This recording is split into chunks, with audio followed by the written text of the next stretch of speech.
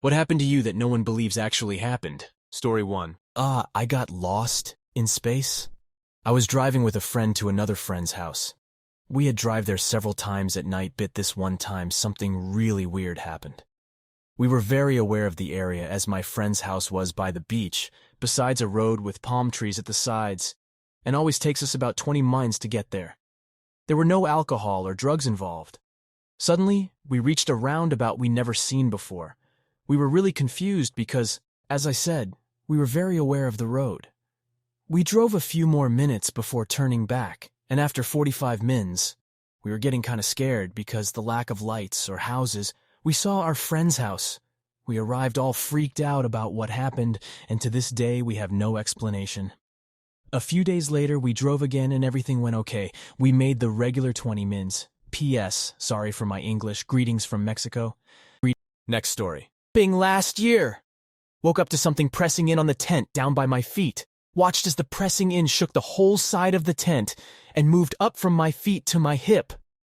That's when I realized that whatever was pushing in on me was a human hand. Could clearly see the fingers outlined. Immediately took stock of everyone in my tent, all present and accounted for. Jumped up out of my cot. I was the only one who saw it. Everyone else told me to go back to bed. It was just a deer or something. Spent a good hour trying to convince myself I hadn't seen a hand. Next story. One time when I was maybe 10, I woke up in the morning before everyone else in my family and went out into the living room. From the living room, I could see my younger brother, my only sibling, sitting at the dining room table with his back to me, and it looked like he was drawing or coloring on a piece of paper. I asked him something to effect of, "Good morning, what are you doing?" And he just kept drawing with his back to me. For a split second I walked past a part of wall, more like a column, that was in between the dining room area and kitchen. In the short moment that I passed the column and looked at him again from the other side, he was gone. The paper and crayons were still there. I paused for a moment said his name out loud questioningly, then got spooked and ran to my parents' bedroom. They were both completely asleep, and my brother was fast asleep next to them. He'd had a nightmare and slept with them that night, which would happen every so often. The way the house was set up, it wouldn't really have been feasible for him to slip past me and then quickly pretend to be asleep in my parents' room. My parents have never really believed me or thought it was part of a dream, and my brother swears to this day he wasn't in the dining room that morning. Next story. I was meeting some friends for dinner after work one night. We agreed to meet at a specific time, and as I was leaving work, made note of the time. I knew I would be arriving late because of my regular commute time, which was around half an hour. I take my usual route to their place, which is a straight shot. 20 minutes go by, I should almost be there, when I noticed the road was looking a little unfamiliar. I tried reading street signs and decided to take the next turn I came across. I follow the road an extra 10 minutes and end up on a main road. The same road that leads from my work to my friend's place that I thought I was on. From where I was, my commute time was around 20 minutes. I did not make any turns while I was driving. Have no idea how I ended up there. My friends were convinced I probably just drove on autopilot or fell asleep at the wheel. Next story. When I was 15, I was doing some babysitting for my parents' friends for pocket money. I was babysitting this little girl one night. We were watching some kids' movie in the living room. This little girl was full of energy, so she was jumping on the couch during the movie. I thought it would be better to let her spend her energy now so bedtime would be easier. So I sat next to her during the one movie, just in case she stumbled or fell. Everything was going fine until the moment I decided to get up to go to the bathroom. It kind of double jumped her trampoline style when I shifted my weight, so she got much more air this time. The thing is, this couch was right next to a staircase going into the basement. The railing was just behind us, leading to a 20 feet drop right to the bottom of the basement stairs. She got thrown right over the railing head first into the drop. I threw myself at her and caught her ankle at the last second. I pulled her back into the couch and sat her down, asking her if she was okay. She just smiled at me and continued to watch the movie, seemingly unfazed by the fact that she almost died. In all honesty, she probably didn't realize the danger she was in that moment. Sometimes I still think about what would have happened if I hadn't catch her. Next story. I nearly drowned on the 4th of July when I was 16. Parents, aunts, and uncles were around the pool and didn't see anything, and insist it didn't happen because they would have seen it. I agreed to swim with my younger cousins. They were ecstatic that a big kid agreed to swim with them. I jump in, and they immediately all dogpile on top of me. They're pushing me down in their excitement, and I'm trying to get to the surface. I remember blacking out for a second and then thinking, I'm not dying in a fucking swimming pool. I did the only thing I could think of at the time. I went against my instincts and dove deeper into the deep end and eventually got out from underneath my cousins and pulled myself out of the pool. Next story. 20 years ago in my mid-20s, a friend asked me to spend Thanksgiving with her in Laughlin, Nevada because she had no one else to hang out with. Single guy with no other plans, I made the long drive there. She's just a friend, nothing romantic. Late one night, I'm the total amateur at the craps table and start rolling dice with a really cute girl. Way out of my league, lots of drinks, winning big, just a great time. She really knew what she was doing, placing bets I've never even heard of. One thing leads to another, and I end up back at her room. The next morning, we're having breakfast, and she shows me her pics in Playboy magazine. We said our goodbyes, and I've never seen her again. Only one night stand I've ever had in my life. Yeah, just your average, ordinary-looking guy that slept with a playmate. I only told a few people, but they didn't believe me, so I decided to mostly keep it to myself. I don't blame anyone for not believing because it sounds like the most made-up, ego-boosting guy story ever, but I did end up finding the magazine with her pics, and yes, for a mid-20s guy, it did boost my ego. Next story. I charged at a grizzly bear. I let my dog outside one night while my husband was at work.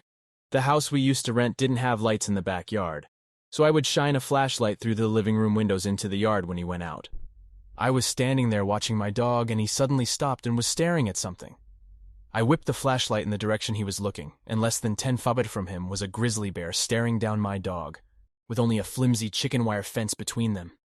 My mind quickly flashed to our safe upstairs, and I knew I didn't have enough time to get up there.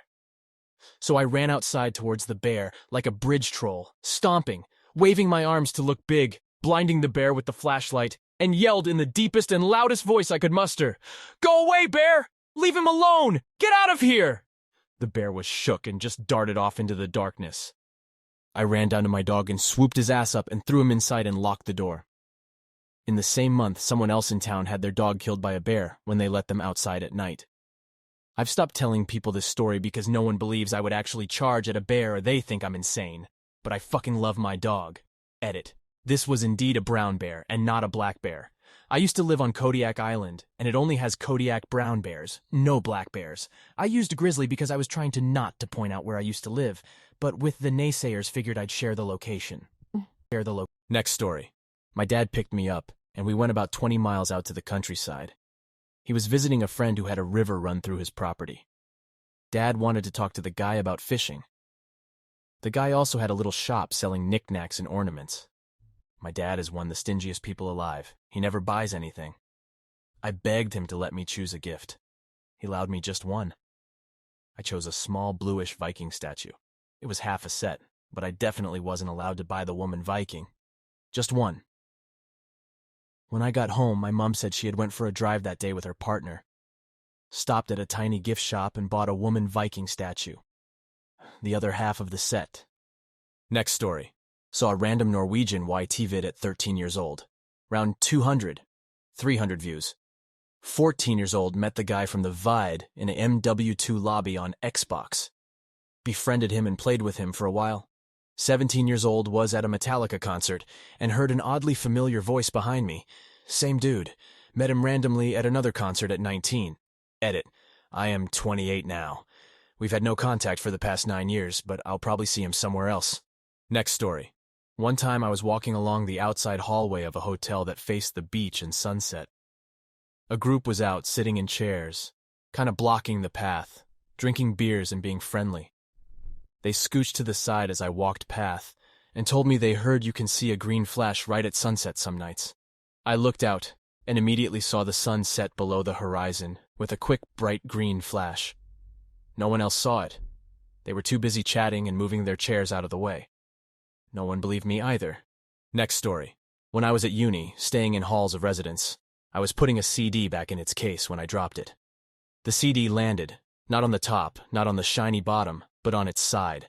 then continued to roll towards the open door, whereupon it took a sharp right and continued in a perfectly straight line 40 feet down the corridor, where it finally ended, shiny side down, in a pool of 6 someone had chundered up the night before. Next story. In the summer of 1987, I was in a bar in a little village in New York outside the gates of West Point. It was the middle of the week, and it was just me and the bartender. Willie Nelson walked in, sat down on a bar stool, and drank with us for a couple of hours. He was at the very height of his popularity. I had just read his autobiography a few weeks before, and he was my favorite singer. I'm chatty, but I was tongue-tied that day. No one believed me afterwards. I suspect no one believes me today. Next story. I had a job interview in a town I'd never been in before. Got lost and decided to park the car and walked up to a random stranger, some old man I'd never seen before. Asked him where I can find name of business. He politely tells me where to find it, and then says, "You're welcome, my first name and last name." I never told him my first and last name, just asked for directions. I was dumbfounded, and he just chuckles and walks off into some store. I think back to it every so often. I have an uncommon name, there's no way you can even guess it. Next story. When I was a kid, my family would watch the lottery drawing after the nightly news. It was the Texas lottery then. I remember sitting there, and for some reason I started just saying numbers, trying to guess what the balls were going to be before they called them out. I guessed all the numbers correctly before they were called out. My family was freaked out that I did that, but laughed about it, joking that I'm picking numbers for their tickets from now on. I recalled the story at a family get-together years later, and none of them remember that moment. I remember it. Next story. I fully admit how stupid this was, but I was swimming by myself in the Gulf in fairly clear water about 10-15 feet deep. My parents and sister were on the beach watching me. With how clear and calm the water was, I'd occasionally go under, blow out all my air, and just sit on the sandy bottom. I can open my eyes in short intervals in salt water, so I'd look around a bit once I settled on the bottom. During one of these drops to the bottom, I bumped into something, and a giant dark blob took up nearly my entire field of vision when I opened my eyes. At first I thought it was an alligator, and I was a goner, but it turned out to be an equally startled manatee. I had no idea they could swim that fast. Most people don't believe me, but it was one of the most surreal experiences I've ever had. Edit. What was stupid is that I was about 200-300 YDs from shore and there was no one within 100 YDs of me in the water.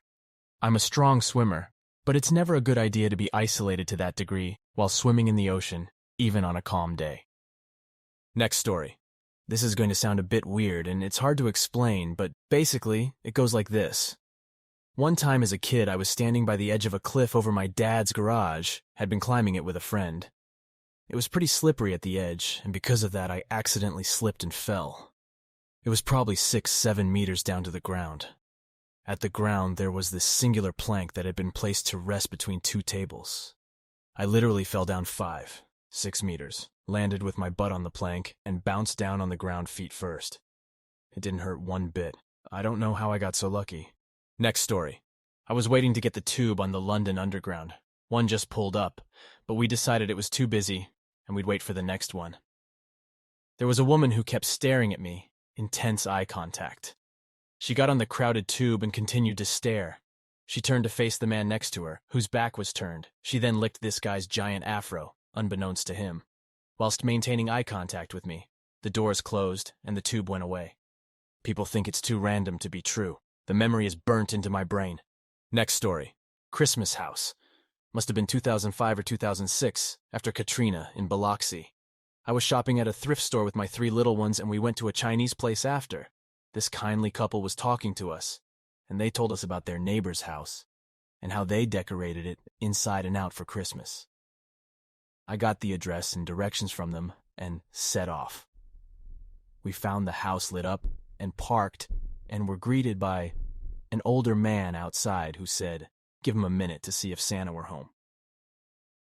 We waited out on the porch and Mrs. Claus came and got us. My older children, 4 and 2, were given candy canes and we were given a tour of the house. Every room had a theme and multiple Christmas trees. There were dolls and trains and decorations in every square inch of the massive place. They must have spent thousands. I didn't have a camera with me that day, and our phones didn't have a camera back then, so I have no proof it happened except for the hazy memories of my oldest. My hubby thought I had lost my mind when I got home and told him. Next story. There was a toy pig an old couple gave to me and my roommates. Sometimes we would throw it at each other. One day it disappeared. I knew we'd thrown it in the corner of my bedroom, but it was gone. A few days later, we found it on the top shelf in the kitchen. I'm the only one who can reach that high. Over the next month or two, that toy pig would keep disappearing and reappearing in random places. We all blamed it on each other until one day it disappeared in the front room again. Me and my friends all went to the store. When we came back, it was on the sidewalk in front of our house. After I left, one of my roommates threw it away because he thought it was haunted. Next story. When I was young, I had hot oil spilled over the whole right-hand side of my body. Burned the shit out of me. Was blind in one eye, covered in patches for weeks. One day my mom took me into the hospital to get my dressings changed, and the doctor told her I would likely have to have plastic surgery and skin grafts as it wasn't healing. Go to change my dressings and there's not a fucking mark on me. Completely healed. Eyesight normal. No one believes the story, so I just don't tell it anymore. Next story. So there's this guy, let's name him M. Before I was stationed at this duty station with M, rumor mill informed me that M had filed an incident report that he had walked in front of a dish that was powered, and that he felt a wave pass through his body. Fast forward. Being the dicks that we were, of course, jokes were made. Well, one scorcher of a day we're, except DM, he was on leave, all working outside putting away equipment, and my memory is a little shady on the exact circumstances of the conversation, but I end up saying, I felt a piece of metal pass through my body. Not even 10 minutes later, Susjet checks on us and says, there's a shop meeting for us to finish up. When we're all in the office, we're told that M had shot himself, and there was grief counseling to those that needed it, and I just look over to my coworker and I'm horrified. There were a few witnesses to it all, but I'm not in contact with any of them anymore. But yeah, that happened.